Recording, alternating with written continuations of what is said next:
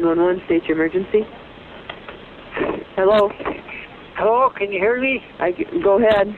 Hi, Gary Edinger. I need help. Okay, where are you at? Out in Emory. What a stupid-ass mistake. If I don't make it, tell my wife and family I love them. I'm so sorry. You're breaking up, Gary.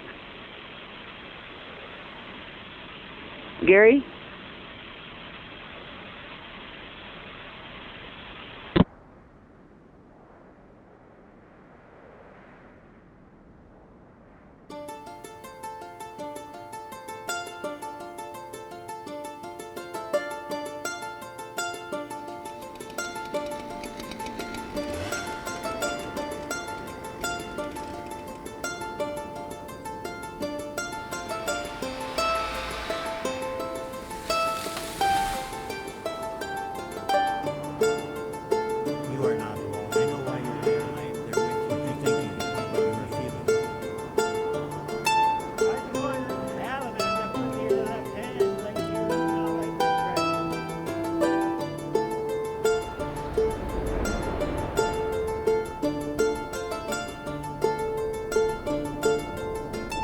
I didn't realize I lived an exceptional life, and then I started to relate the stories and the adventures that I'd gone through.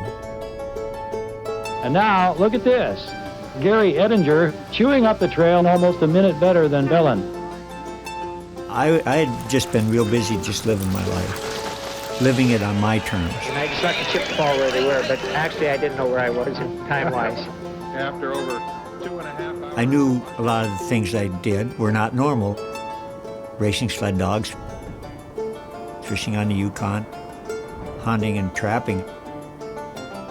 I was attracted to all those things and I wanted to do them, and I just went and did them.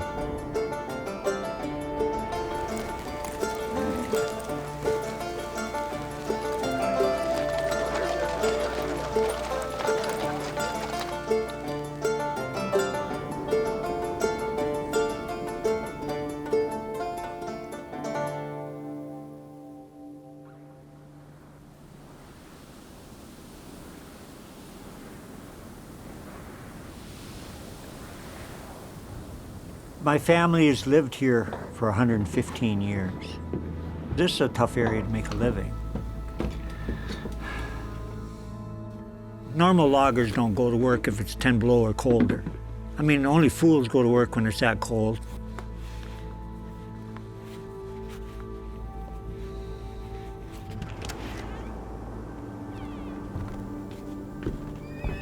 I work alone, all by myself. It was that Saturday I was supposed to call a square dance.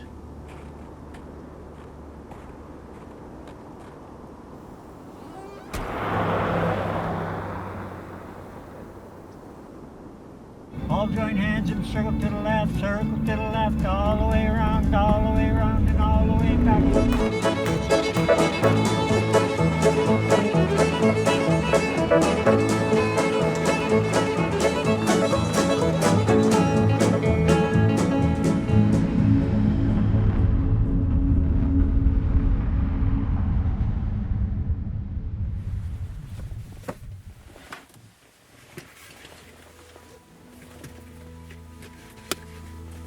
It was probably about 9 o'clock in the morning. I had already made one trip out of the woods, and I went back. There's 2 trees that grew out of one stump. I made a mistake. I misjudged how much tension there was down there at the bottom. My right leg made it through the gap. My left leg was just clearing that stump when boom. That's all. No pain. Just boom. That's when I knew I was going to die.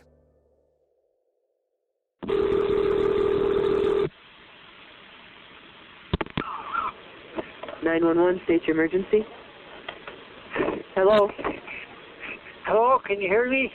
Go ahead. Hi, Gary Edinger. I cut my leg off. I need help. Okay, where are you at? Out in Emory. I'm trying to drive out now. You're driving right now? Real slow. My leg is completely cut off. Where's your leg at? It's in my goddamn boot. Oh. Are you bleeding real bad? Yes, I'm going to pass out. Well, stop driving. Pull over to the side of the road. I ain't pulling over. I'm getting out of here. Okay, just 1 second. I don't have a second. Hello, this is Brian. Oh, God, it hurts. You cut your leg with the saw? No, a tree severed it right off. I mean, it's right off. I couldn't get a tourniquet on and my belt broke. I'm going to bleed to death if they don't hurry. I can't get here fast enough, man. I know, Gary. I know what you're saying. We'll get out there as fast as we possibly can, okay? What a stupid-ass mistake. Oh, God. If I don't make it, tell my wife and family I love them. I'm sorry. I'm so sorry. Are you all right, Gary? Are you with me? Gary?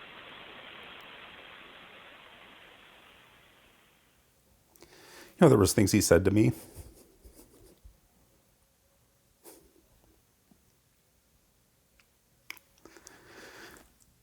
It was pretty clear he didn't know if he was going to live.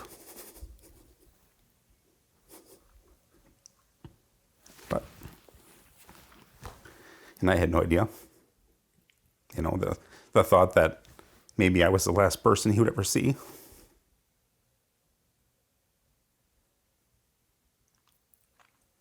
You know, you'd rather see your family.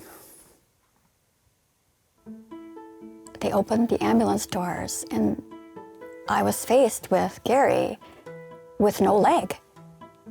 That's the first thing I saw. And so I've had 40 years of medical experience, and there was a lot of blood in the bottom of that pickup. We're out in the middle of nowhere with this man. No one's going to hear you scream out there. It was scary to see him like that because, you know, when I was growing up, he had always been strong and like he's my dad. And then all it took was a day for everything to kind of turn upside down. Well, it could have been a lot worse, you know. Yeah, it could have been a lot worse. Could have lost him that day.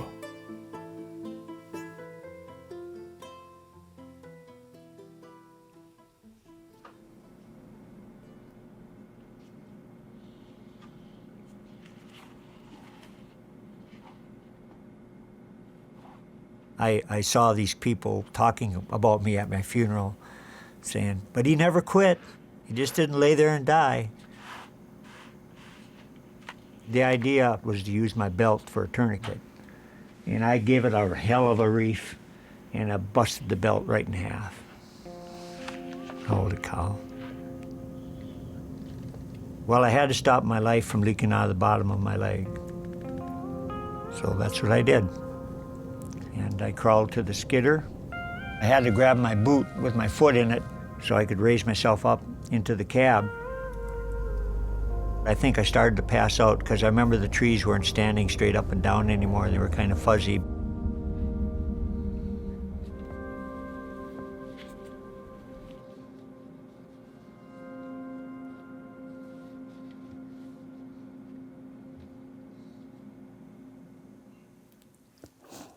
over the course of the next 4 or 5 months, he had 7 surgeries. And there were times when he said he wished he hadn't survived, that he just laid back and let it end there in the snow. But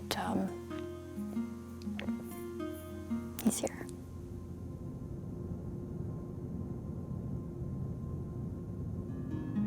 He went back to work exactly 10 months from the day of the accident.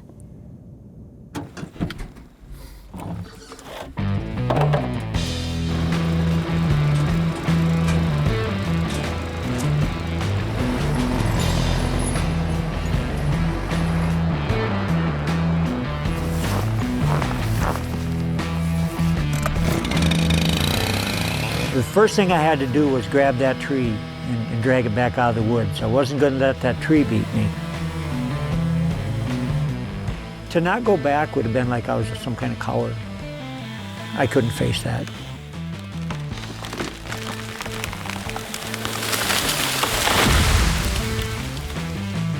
And man, I looked down to that tree and drug it out. You know, I beat that tree. I beat that sucker.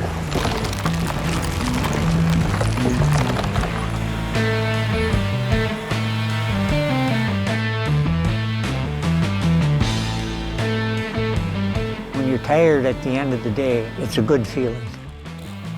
In a job like this, you can turn around and look at the pile and see what you accomplished. To bust out singing and bust out swearing any dang time you want to. I mean, that's real freedom. Son of a bitch. I felt it brush my arm as it come down right there. Boom! Every logger you talk to is like that.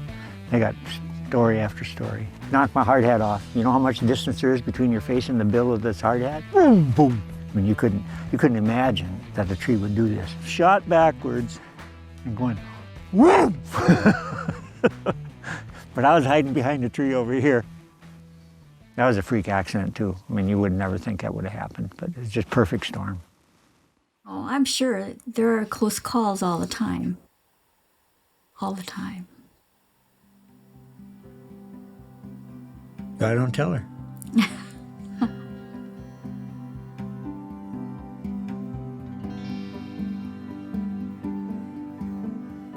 When I do make a mistake, it doesn't become a mistake, it becomes an adventure. You know, somehow I turned it into this grand adventure.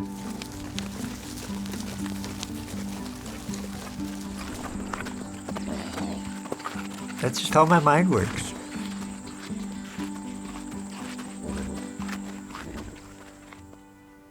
Shit happens. That's why I lost my leg.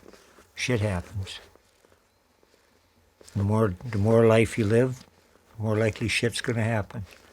If you sit on that couch over there, nothing will happen.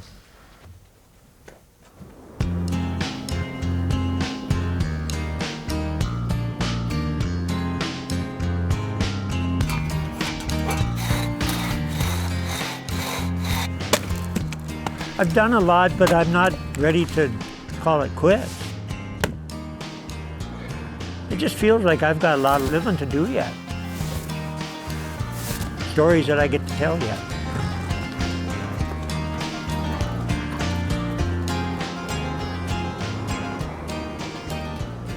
You know, I happen to pick one of the hardest places to hunt in North America because it's so rugged and so steep.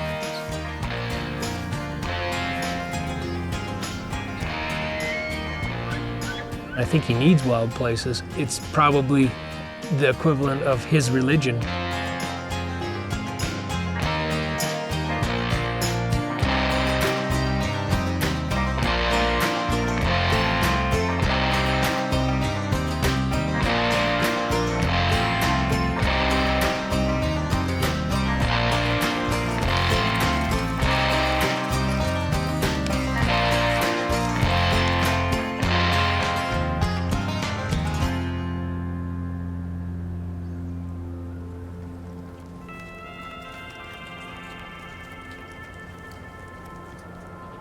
I don't know any place else where you could discover yourself. I mean, who you really are.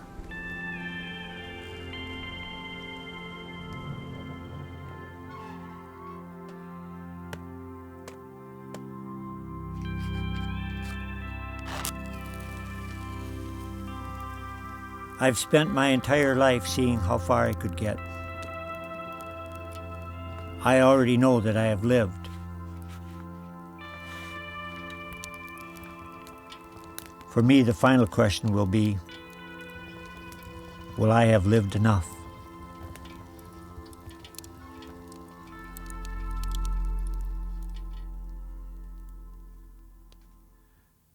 I was born on a farm south of Kennan Way, where I picked some rock and I baled some hay.